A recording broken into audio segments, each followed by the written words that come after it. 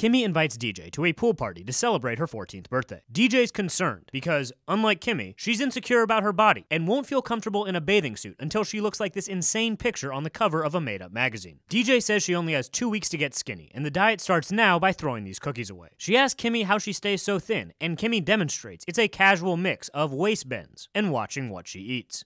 DJ's taping half-naked models to the family fridge when Becky comes home. She says looking at these models is thinspiration to stay out of the fridge. Aunt Becky tries to tell her about healthy food she can still enjoy. DJ says she's not trying to think about any food at all. Becky says what really matters is keeping junk food out of the house. Uncle Jesse shows up with a huge box of cake. DJ is not fazed by the cake and announces she's going to enjoy this delicious and savory water pop she made herself. Jesse's doing wedding research and got enough cake samples to murder a diabetic pothead. They invite DJ to join the frosted feast, but she says she's fine sucking this ice cube on a stick that even kids in third world countries might see and say, yeah, no. Michelle goes ham on that cake. DJ's frustrated she only lost half a pound in 2 days. Jesse says all she needs to do to lose weight is work out, and they can all go to the gym and work out as a big family this weekend because that's a normal thing families do all the time. Danny makes DJ a sandwich and tells her to eat up because they're about to hit the gym. DJ says she's skipping lunch and asks Kimmy if she wants the sandwich. Kimmy says it's a ham sandwich, again, and she's been eating her lunch for 3 straight days and doesn't want another ham Sammy. Stephanie overhears the Sammy talk and adds DJ's also been skipping breakfast and dinner for 3 days straight and doesn't understand how she's still alive on account of you need to eat things not to die. DJ promises to eat her sandwich, then promptly feeds that crap to the dog. DJ says Comet is lucky because dogs don't have to wear bathing suits. Stephanie makes this face because she realizes her sister is a dummy. Stephanie busts DJ for lying about the sandwich, and DJ lies again, saying Comet snatched it from her. Steph busts her for lying a second time about the snatching. And when DJ says she wasn't lying those last 2 times, Steph busts her for lying a 3rd time about the lies, which honestly feels a little nitpicky. DJ tells Steph she has 1 week to look good in a bathing suit, and after that week, she'll resume eating. But in that time, when DJ will certainly die from not eating, Steph has to pinky swear she won't tell anyone about her plan to starve to death. Steph reluctantly pinky swears to keep this slow suicide a secret. The fam goes to the gym, featuring a plethora of oiled-up muscleheads and women with thin strips of neon fabric wedged up their assholes. DJ wants to know the best way to burn calories, those things she hasn't had in days. Danny points her to a bike and tells her to start slow at level 1. DJ does not have time for that level 1 nonsense and takes that shit straight to level 70 goddamn 5 what you know about it. The guys go with Michelle for a cute B storyline. It's Michelle doing cute workout stuff in cute workout clothes. It's a real cute palate cleanser from the harsh reality that a 14-year-old they bailed on is about to drop dead upstairs. Meanwhile, DJ hits a new machine like she's dying of cancer and this thing has the cure. Becky tells the guys to join her in aerobics class. They say no way because it's 1990 and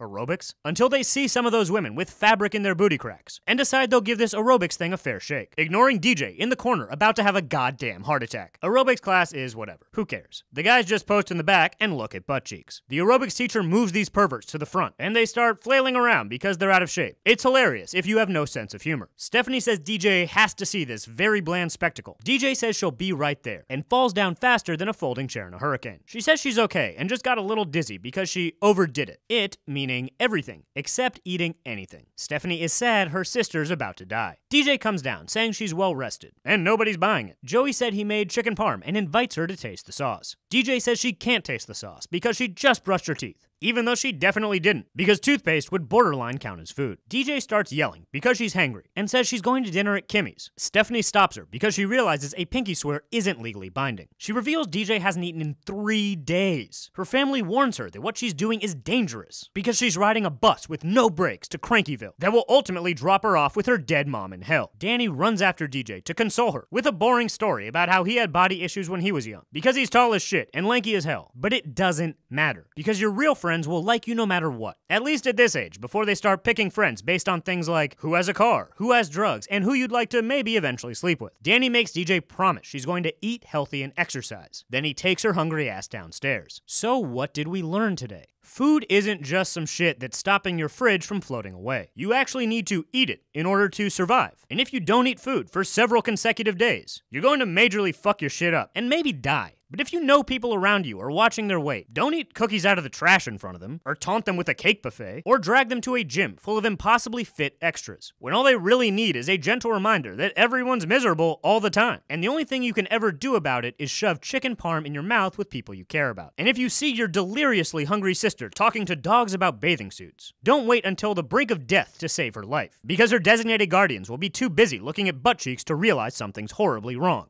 See you next time on a very special episode.